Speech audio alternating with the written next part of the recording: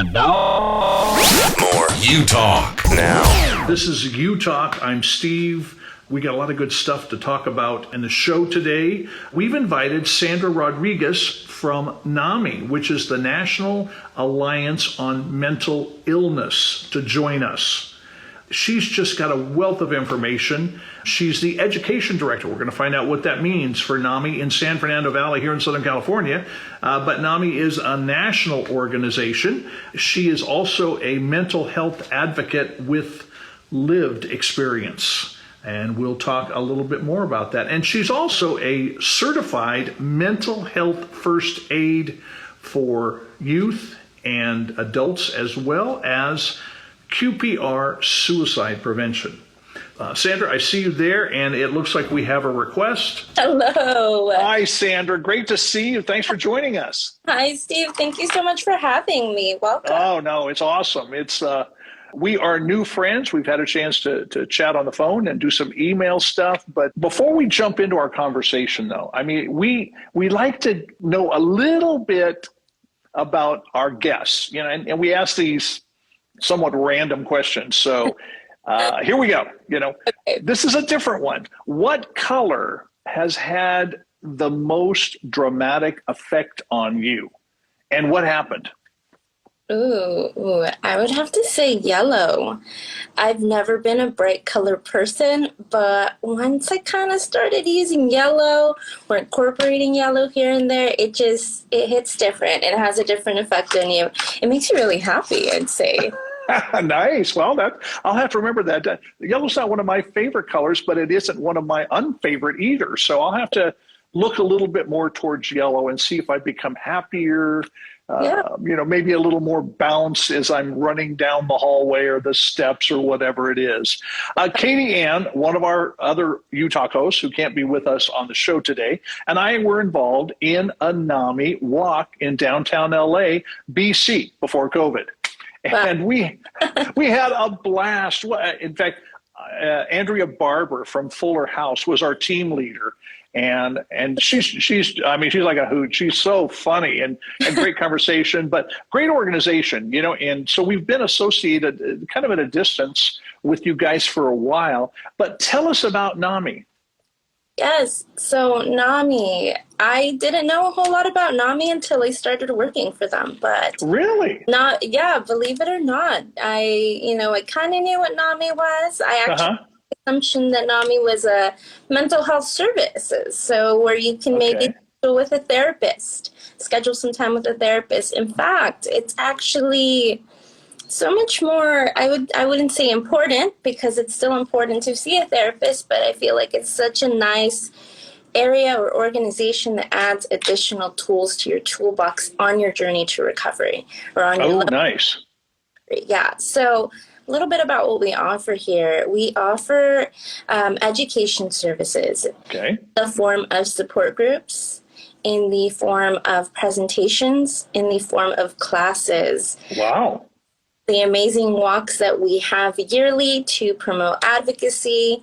And all of this is with the intention of ensuring that you do not feel alone in your journey and in your loved one's journey to recovery. So we have peer-led support groups and classes. These are with folks who have lived experience.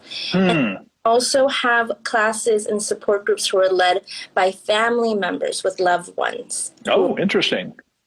So if you're on the spectrum of being someone who lives with mental illness or someone who has a loved one who lives with mental illness, we are the right place for you. And of course, like you mentioned, we're national. So we have chapters everywhere across the United States. And since we are also virtual right now, some of our chapters are still virtual. Any of us. So if you'd like to join a support group that's maybe in Washington, D.C., and it's available during the time that's suitable for you, you can join them. And then same here with San Fernando Valley, even if you're off on the East Coast. So it just kind of depends on what works with your schedule. That's great. I mean, now the support groups, are they like, I'll say age appropriate? Like, are there some for students and some for adults, or are they kind of mixed? It's kind of a mixed. So it's kind of a mix. So we have some that are all, just for anybody. But however, so for our affiliate, we have a new support group that's actually for youth. So it's for ages 18. It's the 18 to 29 age bracket. Okay. Yeah, it's available to anyone. It just kind of depends on what your chapter does and creates and is open to making. So that's something that I felt our chapter desperately needed. And so I went ahead and created that for everyone. Nice. Well, and what I appreciate it as I'm listening to you and the little that I know, it's safe. It's a safe place to go, to be vulnerable. I know you probably know this way better than I, but I haven't looked into all the details, but the Surgeon General has issued a statement that we have a youth mental health crisis in this country. Now, go back for a minute. How did you just happen to go to work for NAMI if you didn't know that much about it? It's kind of interesting.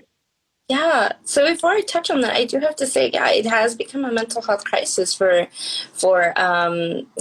youth specifically, and I'd have to say that COVID has had an impact, with folks, being at home and then just going straight to school and just kind of expecting all of us to kind of shrug it off and act like it never happened. Yeah. It's been tough. Yeah. But as far as what led me to NAMI, so definitely my own journey with mental illness and my youth really created, or at the very least ignited, this passion for myself to advocate, to share my story, and to just promote advocacy using my own Instagram page and just speaking out whenever possible. So with that, I actually, when I attended university, Cal State University Northridge, I joined this peer advocacy group called the Blue.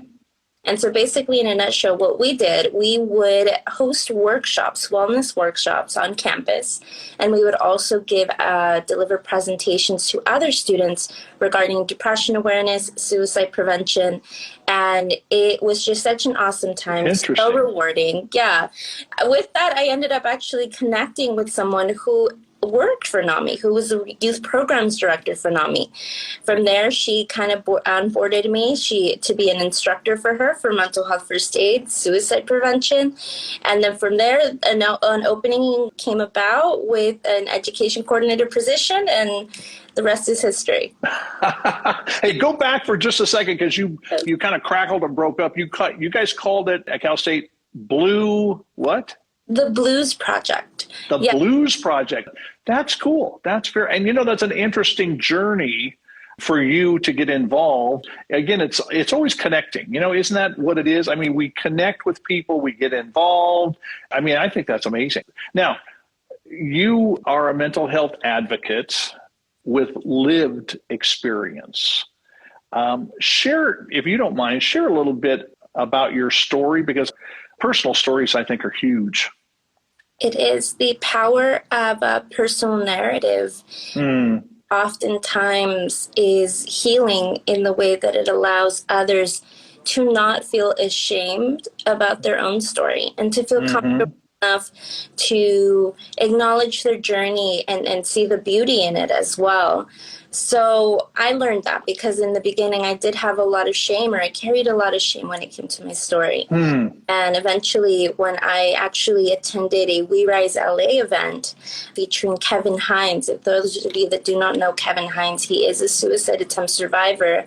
He jumped off the Golden Gate Bridge. And whoa! I bet he's got a powerful story. I mean, I'm from Northern California, and of course, going back and forth across the Golden Gate, and I've heard that there have been people that survived, and his name did sound a little familiar.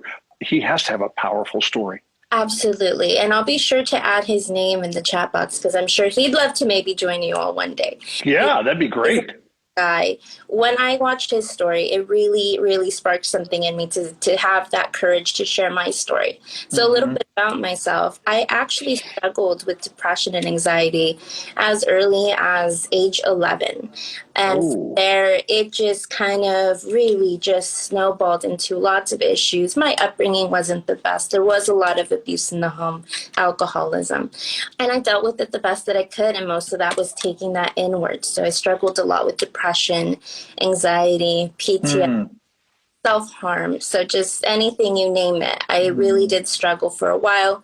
In fact, I am a suicide attempt survivor from my teens when I was 15. Oh, Sandra. Yes, yes. And afterwards, I mean, thankfully, right, I was able to overcome those challenges. Yes.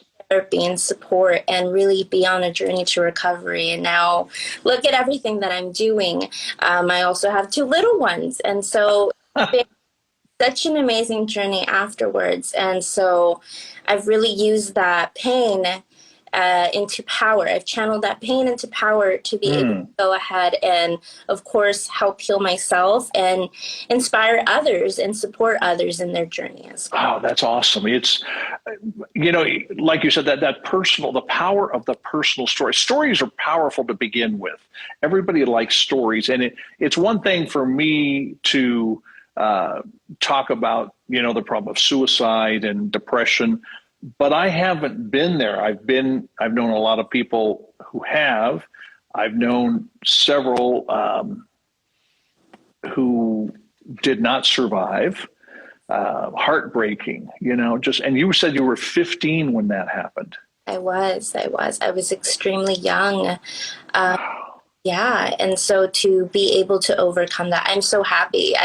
Now I would look back at that young girl that I once was, and it's just so different. I can't even recognize her, but I'm happy that because I sought out help and support, I'm able to go ahead and look back. And all it took was really just reaching out for help. How did you manage to do that? I mean, it's almost a ridiculous question, but you said you were dealing with shame and you know, the stuff going on in your home and, you know, the depression. And I mean, that's hard, is it not, to reach out and say, okay, I've come to this point in my life. I need help. How did you do that? Yeah. So first, I mean, I would say that being a Latina, there is so much stigma when it comes to mental health. And so there were definitely a lot of challenges in reaching out for support from my parents, my family. They didn't really understand or know what to do. Though as time went on, and unfortunately it did have to take my symptoms to become more and more severe to even be able to be allotted those opportunities to seek that help. But I think ultimately what led to me seeking that support was just me realizing that just the level of self-destruction that was going on and understanding that, okay, if I do continue on this path, what's going to happen, right?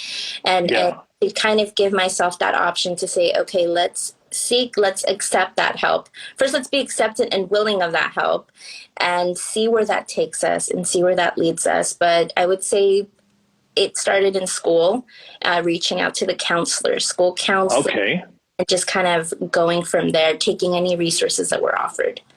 So you trusted, obviously, the school counselors.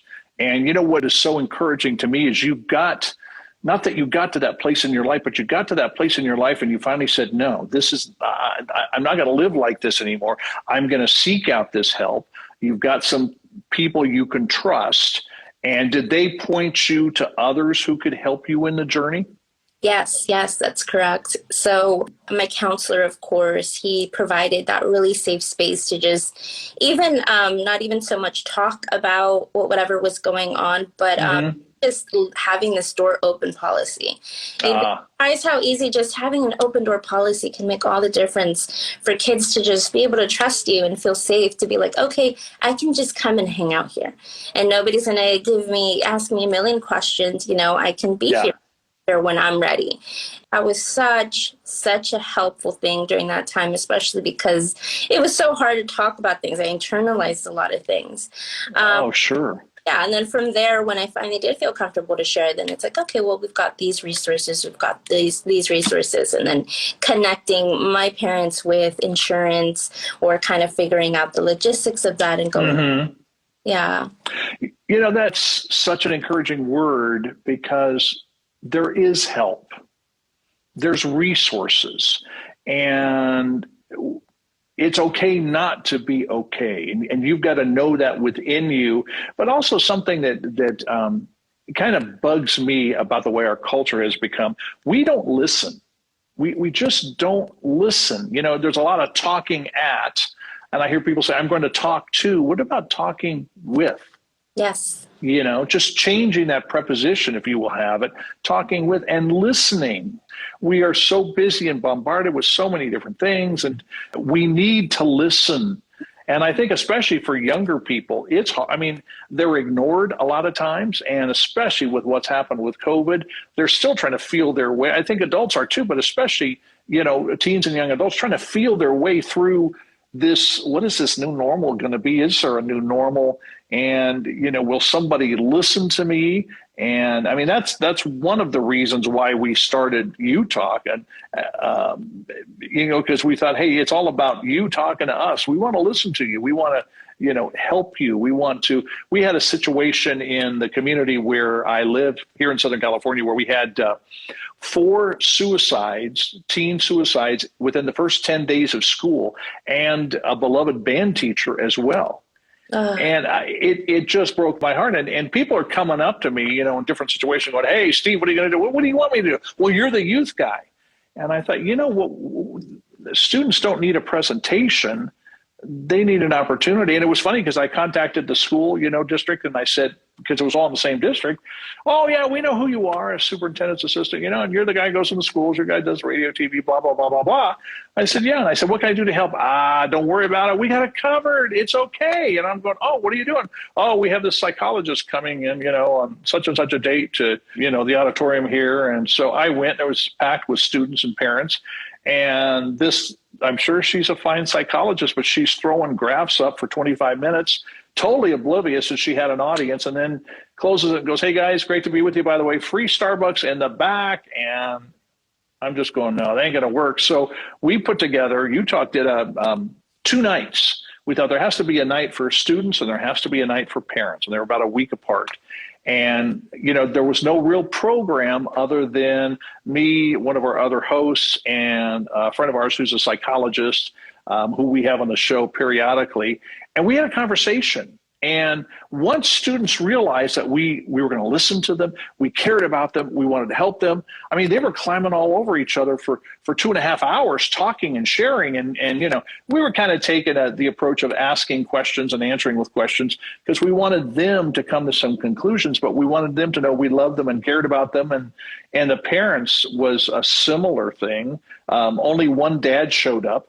I mean, that's kind of indicative of part of the problem. Yes. But these moms and grandmas are weeping. And sometimes I think that's I think it's so important all the time is you got to find somebody that will listen to you. And some of you, like you said, you trusted this counselor you feel comfortable with.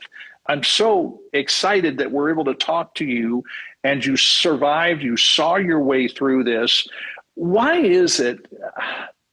I guess it's an open question, but there's this stigma. If you say that, I'm struggling with mental health, I'm struggling with anxiety, depression, why the stigma? Why, like with some families, it's not okay and we try to hide it, or with peers are like, oh, yeah, great. What are you, some kind of a crazy, and have you guys figured, I mean, you even personally, is there something that causes us to, I guess maybe is it because it's not okay to not be okay? I mean, is that, I don't know. I'm kind of curious.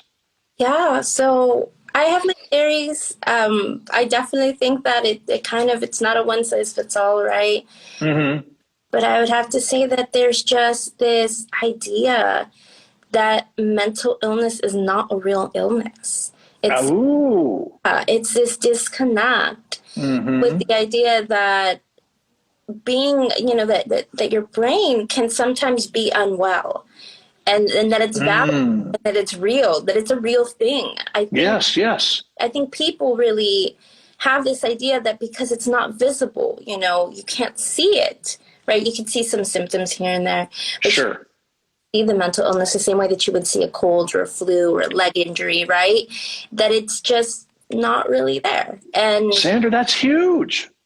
Yes. I mean, because it's interesting. We talk about physical health, and we talk about spiritual health and, but it's like that mental health. It's almost like you can't touch that one, and I like that because you can't see it and people don't think it's a real illness. but it is, and your brain, like you said, it's a brain issue. And you can't see that. And there's such a stigma in our culture. It's terrible. It really is. And I think it drives people the wrong direction. Yeah. And I'm going to add one more thing to just okay. When it comes to mental illness, we don't realize how sometimes it's at the center of everything. Yes. So when we're experiencing issues with stress, with anxiety, with depression, like everything that just occurred this week, our stress hormones are going up. Our fight and flight mode is kicking in. We feel unsafe. When we feel unsafe, then that affects our sleep. It affects our eating. It affects everything. And then what does that then entail? It affects our physical health. And then we see more illnesses. Okay. We just see predispositions to other illnesses. We're more susceptible to just be getting injured or just carelessly getting it. Sure. So our brain is at the center of everything. Our mind is at the center of everything, and I think it's so overlooked. Yes, I would agree. No, I mean, because it's a battle for the brain, and it's about, if you want to change, you have to change the decisions you're making, which are coming from your brain. Oh, I like that. That's huge. I mean, that really is. It's and if we could just communicate that to people, and again, our primary group that we want to speak to is teens and adults. We know there's other people there, but if we could help them understand that, and sometimes we don't want to accept the truth, and we can become our own worst enemy. I want to look good to everybody. And again, I'm so grateful for people like yourself that are willing to talk about this and others, publicly. And it's just saying, hey, this is reality. This is, and you can get through this. What can we all do in general to keep ourselves healthy, to work like, we work out physically? I recently started, jogging again, but I'm starting slowly, into the walking. COVID made a bigger man out of me the wrong way. I hear you. But are there some things that we can practice that can help us be healthier mentally, if that makes sense? Yes, absolutely. I would even start as something as easy as sleep hygiene. Sleep hygiene. So maybe 10 to 15 minutes before going to bed, 30 if you can. No screen time, no TV, no phone, no nothing. Just allowing kind of your eyes to acclimate and to just settle, kind of creating that winding down routine. Oh, nice. Getting some white noise in or some soundscape going on just to kind of help you relax, help your system relax so that you can get a better night's sleep. Oh, yeah. Guess what? You're going to wake up in the morning feeling more refreshed, more ready to take on the day, ready to just do more. So something as simple as that, really. Oh, and it's so simple, you know? It's not rocket science. It really isn't. No, just really simple things is just looking at your routine and looking at, what, am I doing too much? Do I need to incorporate more breaks? Do I need to schedule a bedtime? Do I need to schedule a wake up time? Because maybe I'm up super late and now, I don't have enough hours in the day. Just looking inward and kind of doing that self-inventory and saying, what can I improve on, and how can I do this in a very small way? How can I slowly implement changes instead of this all or nothing, like I am going to go ahead and have a super set schedule starting tomorrow, and then you don't do it and then you feel like crap because of it. No, just one little change and kind of work your way up there. And that really helps. I've heard it said before that the journey of 1,000 miles begins with the first step. And I think for a lot of us, maybe the first step is being able to turn this thing off or put it down, or, I drive some of my colleagues nuts because I don't always have my phone with me. I do a lot of the time, but, I'll put it on do not disturb because it's a distraction. I mean, it's a great tool. Yes, it's a super tool. I mean, we're doing this, and people are with us, on their phone. So but I like that. It's simple things, and the schedule thing. That's something I need to work on. I overschedule myself. I've got too many things that I'm trying to keep up in the air. So you can relate. So I'm sure. Yeah, really just finding those little moments to unplug, to, unwind, to rest, to break, to take care of yourself. Refill that cup so that way you can give to others. You cannot pour from an empty cup. Self-care. And we've started to hear more about it, but I don't think, when I've seen it talked about, I don't often hear the connection to mental health. Yes, and there's such a huge connection to it. Absolutely. No, there really is. Yeah, because sometimes we do hear about self-care, and it's like take a bubble bath or, go for a walk. And those are really good things to do too. But self-care is also sometimes make sure you're not burning yourself out, Yeah. Or make sure to see your therapist. Make sure to take your medication if you do take it. That's also a form of self-care. Get enough sleep. Self-care is that too. Like I made sure to take a nap today, and I feel much better because of it. And I'll be resistant to it. I was like, you know what? Because I had a really long day. I've been up since like 5 a.m. And, I was just kind of like, oh, I'll just pull it through. I'll just push through the rest of the evening. And you know what? No, I said, I'm going to take a nap. And now look, I feel so much more energized because of it.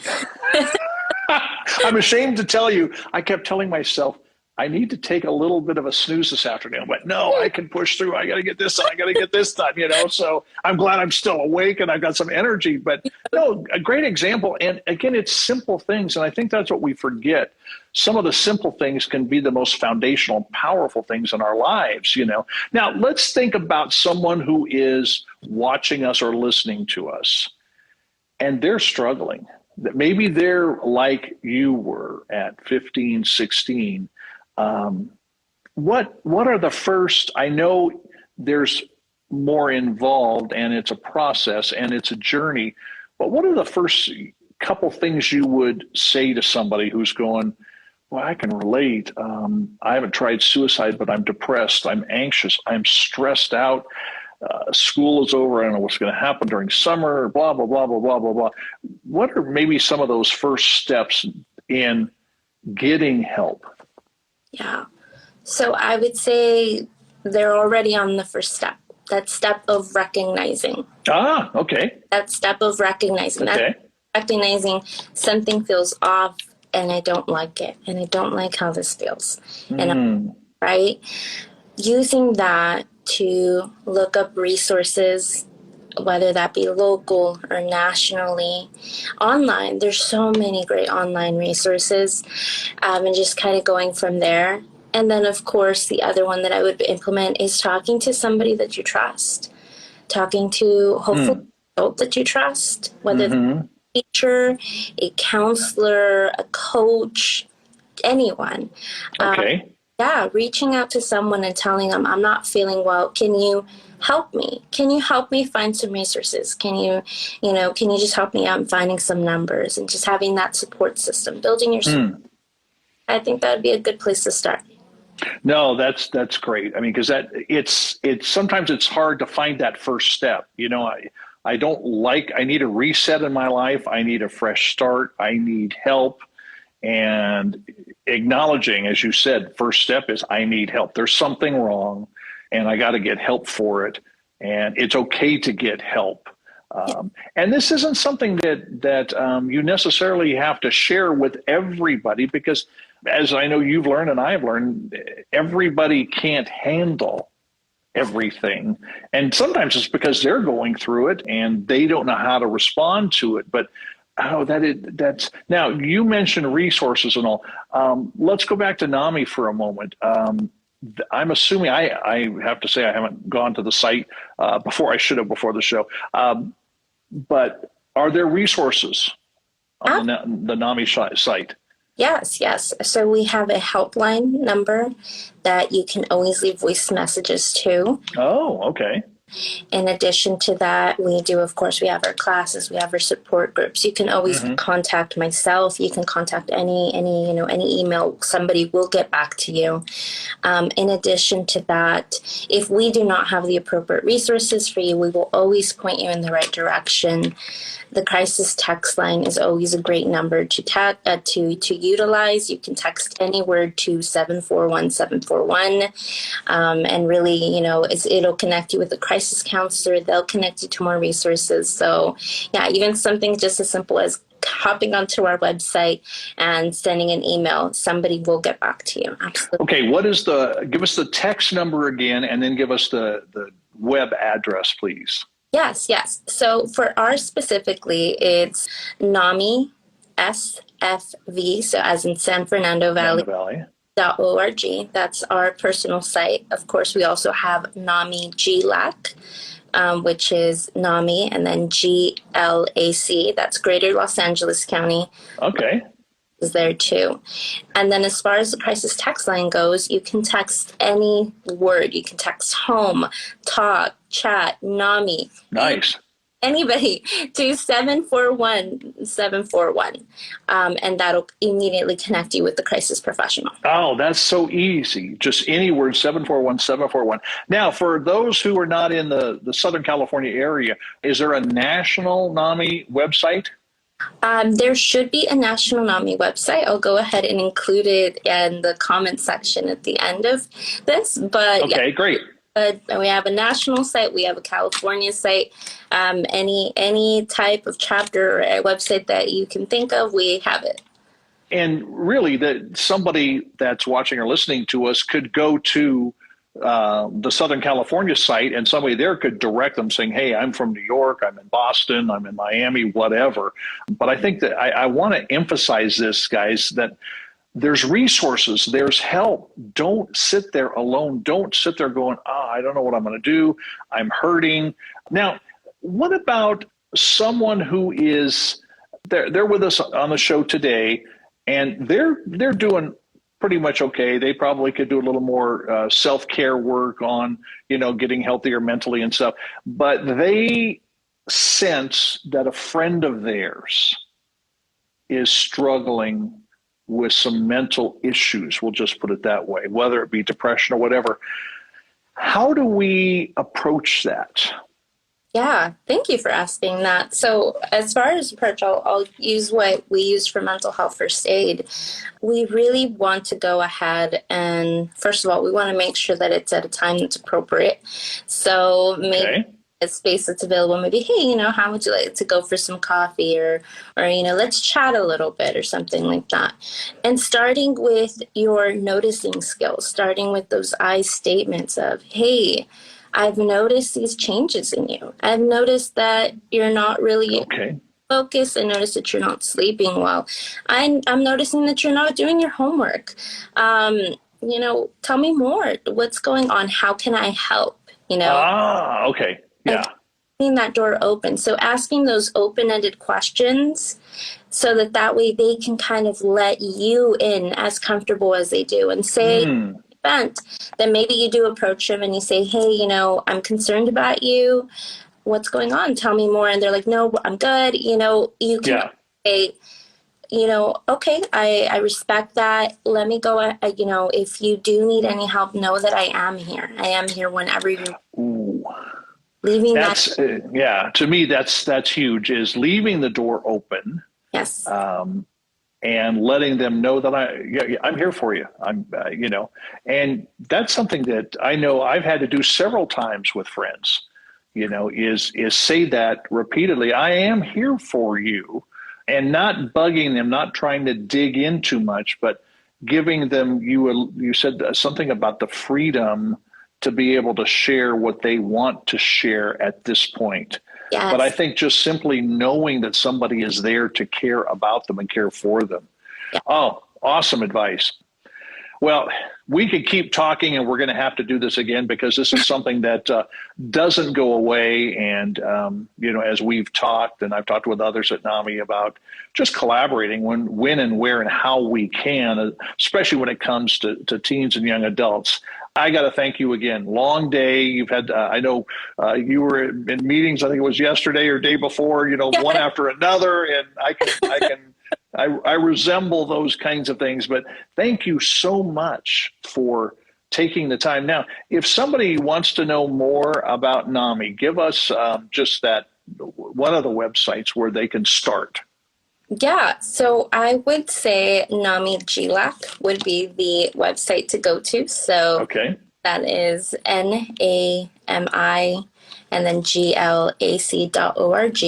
Lots of resources on NAMI, on our website, social media, Facebook, anything, we have it. So please do not hesitate to reach out. We are here for you when you're ready.